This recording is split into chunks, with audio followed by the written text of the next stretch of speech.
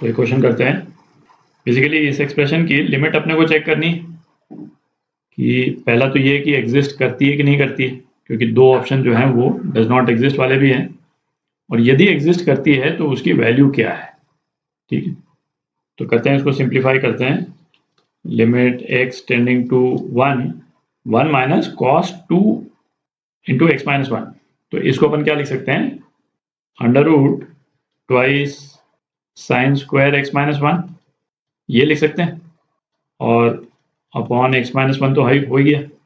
अच्छा, अब आप देखें ये साइन स्क्वायर एक्स माइनस 1 जो है ना, ये अंडर रूट है ना, अपने को थोड़ा ध्यान से हटाना पड़ेगा इन द सेंस कि जैसे अंडर रूट एक्स स्क्वायर, तो अंडर रूट एक्स स्क्वायर जो है वो जो भी वैल्यू रिटर्न करेगा है ना, वो पॉजिटिव वैल्यू होनी जरूरी है। एक्स नेगेटिव हो चाहे पॉजिटिव हो उससे फर्क नहीं पड़ता। ठीक है, तो इसको अपन क्या लिखते हैं, इसको अपन मॉड एक्स लिखते हैं। ठीक है, इन द सेंस कि भाई यदि सपोज एक्स की वैल्यू 3 है तो एक्स स्क्वायर क्या हो गया, अंडर रूट 9। तो ये एक पॉजिटिव वैल्यू रिटर्न करेगा। ठीक है, और यदि x -3 है, -3 का स्क्वायर, तो ये क्या हो गया, अंडर रूट 9। तो ये भी 3 ही रिटर्न करेगा। तो कहने का मतलब x जो है पॉजिटिव हो चाहे नेगेटिव हो, बाहर जो वैल्यू आती है, अंडर रूट के बाहर जो वैल्यू आती है वो पॉजिटिव ही रहती है। तो ये मॉड x के रूप में खुलेगा ये। ठीक है, तो इस चीज का बस ध्यान रखें। Limit x tending to 1 under root 2, ये क्या हो गया, मॉड साइन x माइनस 1 हो गया है ना, अपॉन x माइनस 1। ठीक, इसको मिटा देता हूँ। तो x टेंडिंग टू 1 पे लिमिट निकालने के लिए राइट हैंड लिमिट और लेफ्ट हैंड लिमिट अलग अलग निकालते हैं। ठीक है, क्योंकि ये मॉड के कारण है ना, ये ब्रैकेट जो है, ये मॉड जो है डिफरेंटली खुल जाएगा दोनों लिमिट्स में। तो limit x tending to 1 plus 1 से थोड़ा सा ज्यादा x की वैल्यू, ये क्या हो जाएगा, अंडर रूट 2। ये साइन के अंदर वाली टर्म जो है वो पॉजिटिव रहेगी, तो इसका मतलब साइन जो है वो एक पॉजिटिव नंबर रिटर्न करेगा है ना, बहुत छोटा जीरो रिटर्न करेगा, मतलब बेसिकली 0 प्लस रिटर्न कर रहा है। ठीक है, तो हम इसको बिना किसी साइन चेंज के खोल सकते हैं। ठीक है, क्योंकि 0 प्लस रिटर्न करेगा ये, अपॉन एक्स माइनस 1।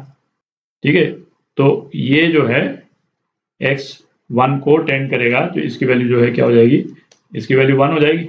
ठीक है, साइन 0 अपॉन 0, तो ये कितना आ गया, अंडर रूट 2। तो राइट हैंड लिमिट ये क्या थी, right hand limit, right hand limit इसकी क्या आ गई, अंडर रूट 2। अब लेफ्ट हैंड लिमिट निकालते हैं, थोड़ा ऊपर लिख लेता हूँ। लेफ्ट हैंड लिमिट निकालते हैं, तो limit x tending to 1 minus, ठीक है, अंडर रूट 2। तो अच्छा, अब देखें x की वैल्यू 1 से थोड़ी सी यदि कम होगी है ना, बेसिकली 1 माइनस, तो 1 माइनस माइनस 1 ये क्या आ जाएगा, 0 माइनस आ जाएगा बेसिकली, मतलब ये नेगेटिव नंबर है। आप देख रहे हैं है 0 के पास ही, पर ये नेगेटिव नंबर है। तो मॉड जब हम खोलेंगे, ठीक है, तो हमको क्या चाहिए, पॉजिटिव नंबर बाहर, तो हमको यहाँ पे एक माइनस लगाना पड़ेगा है ना, माइनस साइन x माइनस 1, इस तरह से खुलेगा यहाँ पे मॉड। ठीक है, ताकि मॉड साइन x माइनस 1 वाली जो टर्म है वो पॉजिटिव हो जाए। ठीक, और अपॉन x माइनस 1 है ना, ये तो है ही। अब इस वाले केस में भी अब हम लिमिट यदि लगाते हैं तो ये तो 1 ही हो गया, पर अपने पास में वैल्यू जो है वो क्या आ गई, लेफ्ट हैंड लिमिट की माइनस अंडर रूट 2 आ गई, लेफ्ट हैंड लिमिट। ठीक है, तो ये अपन देख सकते हैं कि राइट हैंड लिमिट जो है वो लेफ्ट हैंड लिमिट के बराबर नहीं है। ठीक है, बड़ा इंटरेस्टिंग रिजल्ट है। तो डी पार्ट है ना, ये आपका आंसर। तो एक क्वेश्चन करते हैं, लिमिट जो है वो n टेंडिंग टू इन्फिनिटी है। अच्छा, 1 माइनस एन स्क्वायर तो कॉमन ही है हर एक टर्म में, तो ऊपर वाली जो टर्म है वो क्या हो गई, 1 प्लस 2 प्लस 3, इस तरह से ये n तक जा रही है। ये न्यूमरेटर और डिनोमिनेटर जो है 1 माइनस एन स्क्वायर हो जाएगा। ठीक, तो ये क्या हो गया, limit n tending to infinity है ना, ये summation of n numbers n plus 1 by 2 ये होता है।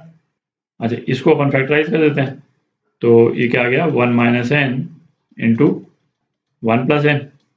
ठीक, तो ये दोनों टर्म कैंसिल आउट हो गए, और जब वेरिएबल जो है वो इन्फिनिटी को टेंड करता है तो हम क्या, न्यूमरेटर डिनोमिनेटर दोनों को n से डिवाइड कर दें, तो ये क्या आ जाएगा, n अपॉन n अपॉन ये 1/2 तो है ही, और न्यूमरेटर में क्या आ जाएगा 1/n minus n upon n। ठीक है, अब हम लिमिट डाल देते हैं, तो ये 0 हो गया, ये 1 हो गया और ये भी 1 हो गया। ठीक है, तो अपने पास में क्या आ गया -1/2। ठीक है, ये माइनस है तो -1/2, तो ये आपका आंसर बी पार्ट।